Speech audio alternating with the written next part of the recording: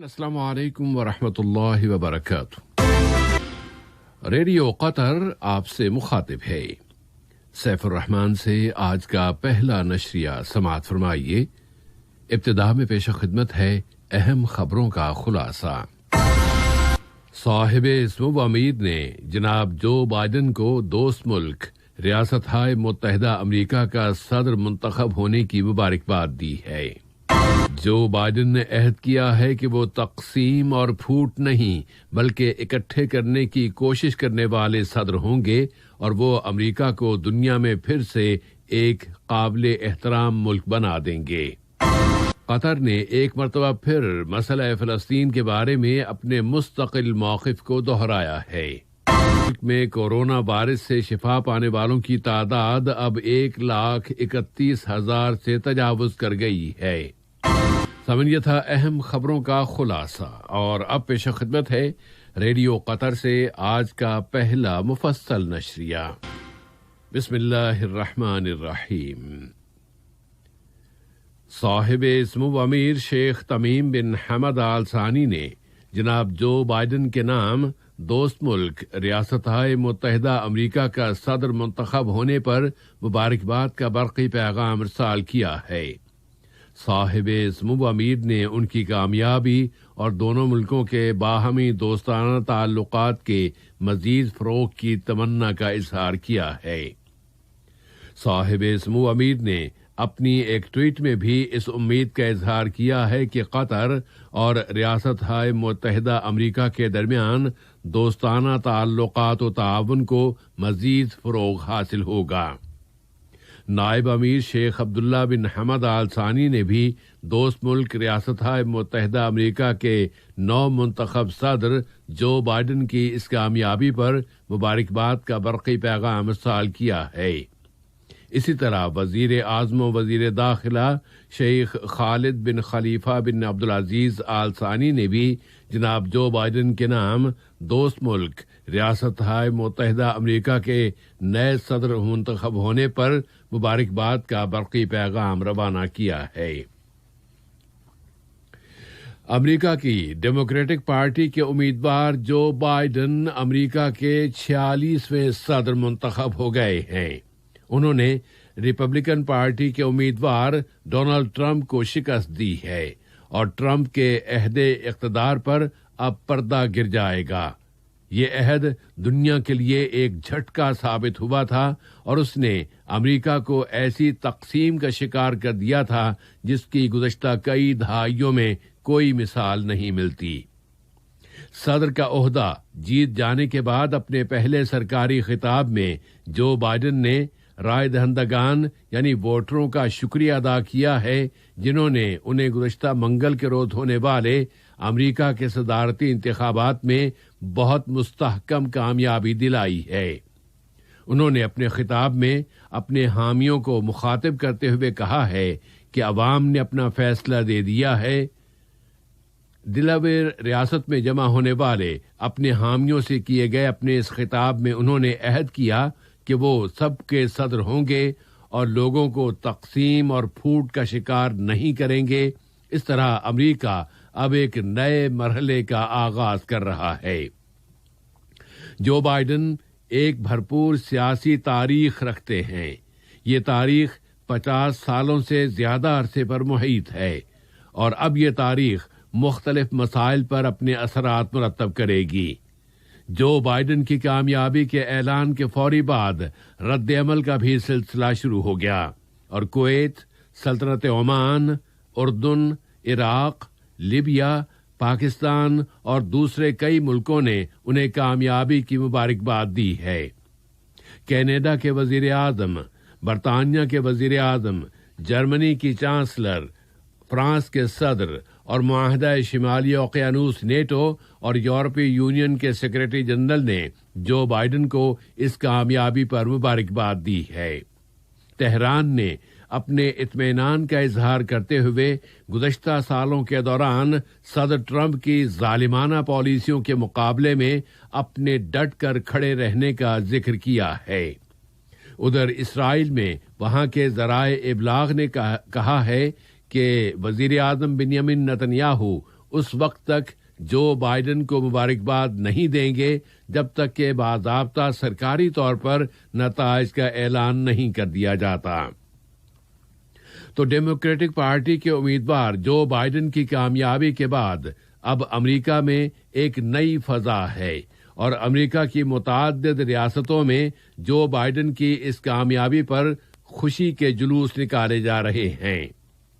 Joe Biden کی فتح اور Trump کی ناکامی کے باوجود ٹرمپ اپنی شکست کو تسلیم کرنے اور امریکی روایات کے مطابق نو منتخب صدر کا وائٹ ہاؤس میں استقبال کرنے سے انکار کر رہے ہیں، اور ہو سکتا ہے کہ ٹرمپ کی ریپبلکن پارٹی میں بھی اقتدار پرامن طریقے سے نو منتخب صدر کے حوالے کر دینے کے معاملے میں تقسیم اور شدید اختلافات نظر آئیں۔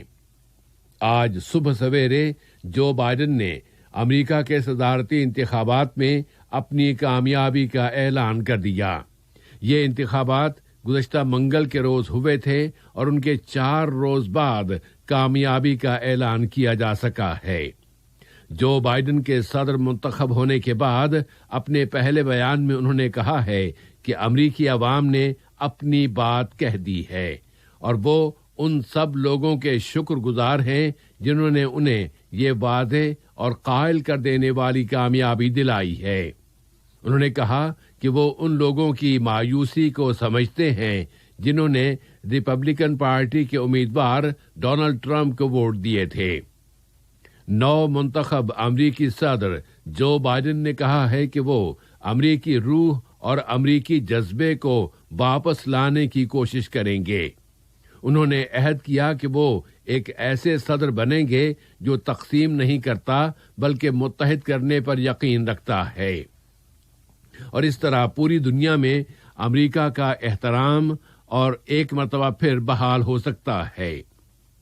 اب اس تصور اور ویژن کو حقیقت کا روپ دینے کے لیے کام کرنا ہوگا۔ جو بائیڈن نے اعلان کیا کہ وہ کل پیر کے روز کووڈ-19 کے بحران کا مقابلہ کرنے کے لیے ایک سیل تشکیل دیں گے اور وہ اس وبا پر قابو پانے کے لیے اپنی کوششوں میں کوئی بھی دقیقہ فروگزاشت نہیں کریں گے۔ جو بائیڈن نے تمام امریکیوں سے اپیل کی ہے کہ وہ اپنے مخالفین کے ساتھ دشمنوں جیسا رویہ اپنانا بند کر دیں۔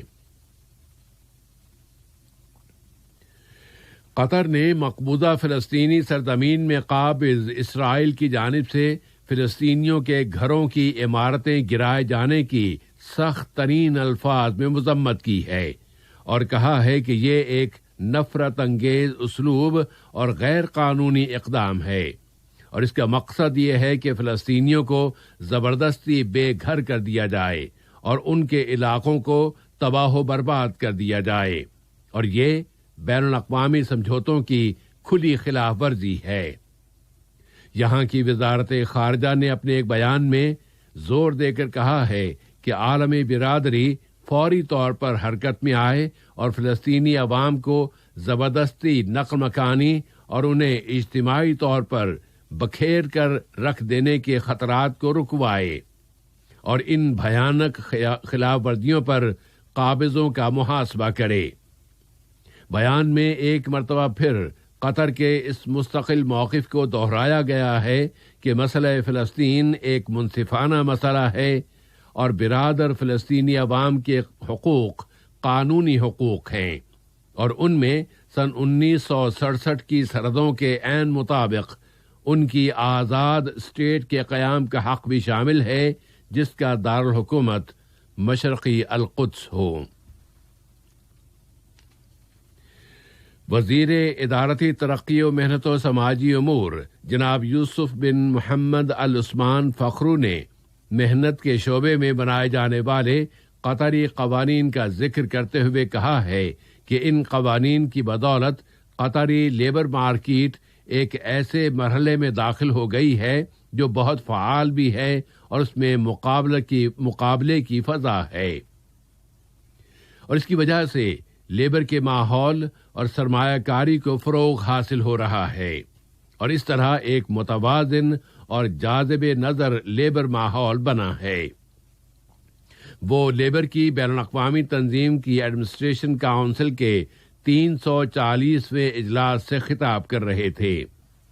ویڈیو کمیونیکیشن کے ذریعے منعقد کیے جانے والے اس اجلاس میں جناب یوسف بن محمد العثمان فخرو نے زور دے کر کہا ہے کہ لیبر کی بین الاقوامی تنظیم اور دوست ملکوں کے ساتھ مشترکہ پروگراموں کے ذریعے گہرے تعاون کو جاری رکھا جائے گا۔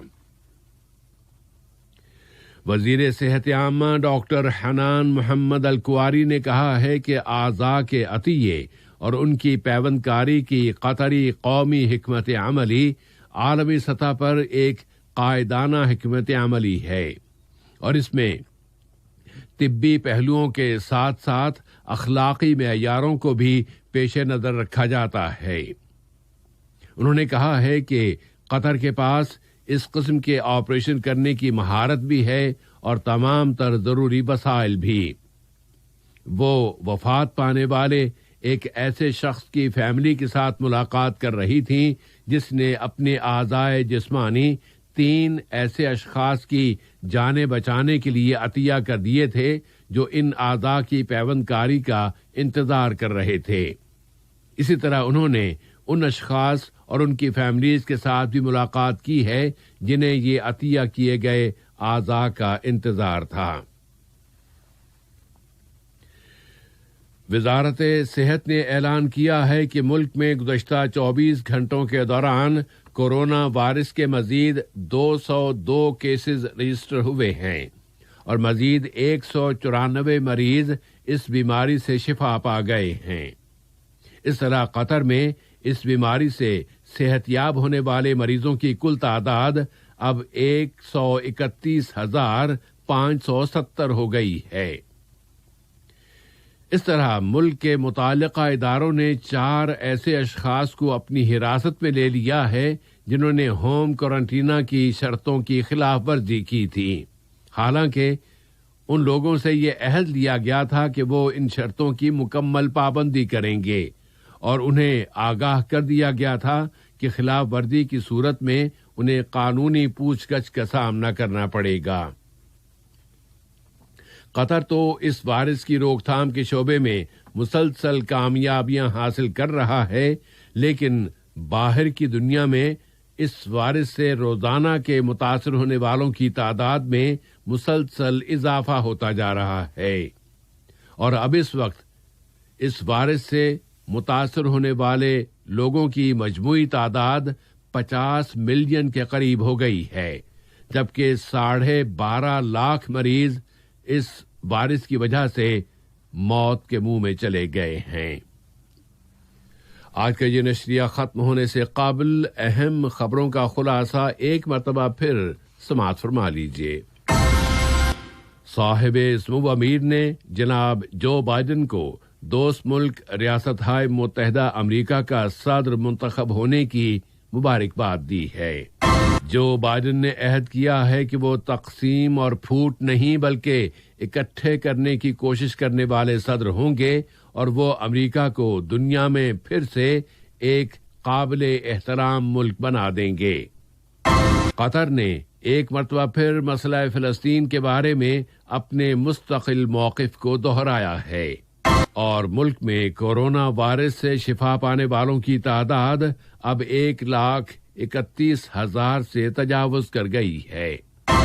ریڈیو قطر سے آج کا پہلا نشریہ اپنے اختتام کو پہنچا۔ اگلا نشریہ رات 7:30 بجے پیش کیا جائے گا بإذن اللہ تعالی۔